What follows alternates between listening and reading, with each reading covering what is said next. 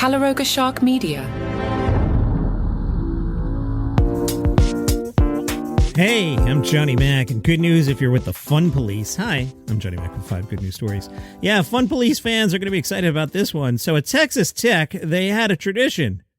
Throwing tortillas, yes. At kickoff, fans would throw tortillas into the sky. Well, turns out that the Red Raiders have been penalized once too often. During a recent 42-17 victory over Kansas, the refs flagged the team twice for unsportsmanlike conduct after tortillas rained down from the stands. Then the Big 12 fined Texas Tech $25,000 for the tortillas. They also fined Kansas. Why? Kansas claimed there was a pocket knife thrown from the crowd. That wasn't true. Well, Kirby, the athletic director, says enough is enough. Fans will be told to throw away their tortillas before entering the stadium. Anyone caught tossing a tortilla will lose their ticket privileges for the rest of the year. Kirby says it's on him. He said, I leaned into the throwing the tortillas at the beginning of the football season. Now I must ask everyone to stop. Coach McGuire, who once encouraged a tradition, says, I leaned into it also. I believe in tradition. Both men say we cannot risk letting our actions penalize our football team. The stakes are too high. Or the refs could just not call the penalty, just saying. Isn't the idea to have fun? Meanwhile, in Spain, police have broken up a criminal ring. The criminal ring was targeting restaurant chairs. 7 people arrested for stealing more than 1,100 chairs. You didn't think I was going to say 1,100. 1,100 chairs from outdoor seating areas at bars and restaurants in 2 months. 6 men and 1 woman hit 18 different places across Madrid, sneaking in at night and stealing entire stacks of metal and plastic seating. I'm not laughing at the crime, I'm laughing at the phrasing. Police estimate that the chair heist was worth about 60,000 euros. Good job, Madrid Police Department.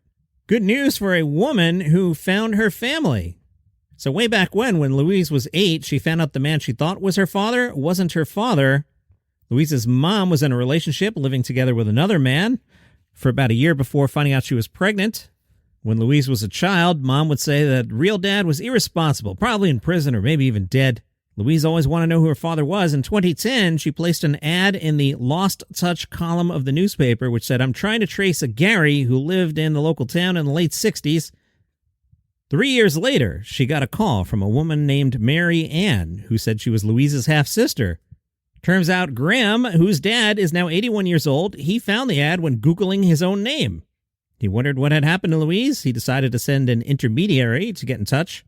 They were reunited after 4 decades. Louise met her 11 new half-siblings from across the world.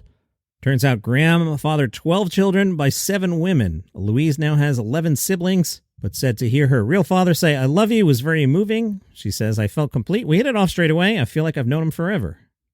Remember that movie, Night at the Museum? Well, if you want to live that, sort of, the American Museum of Natural History is bringing back sleepovers. They had to stop this during the pandemic, but it's back.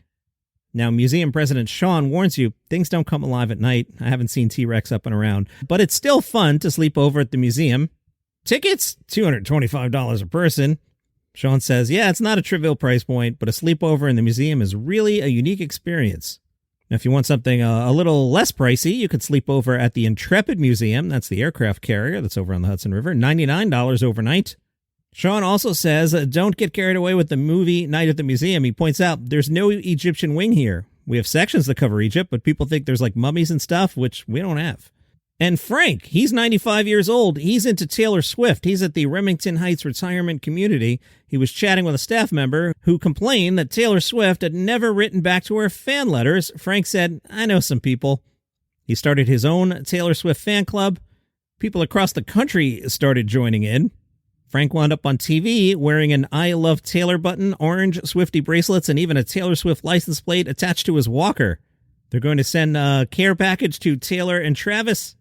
Frank says, we're having a wonderful time with this, and really, that's the point. Whether you're 15 or 95, like Frank, it's never too late to be part of something joyful.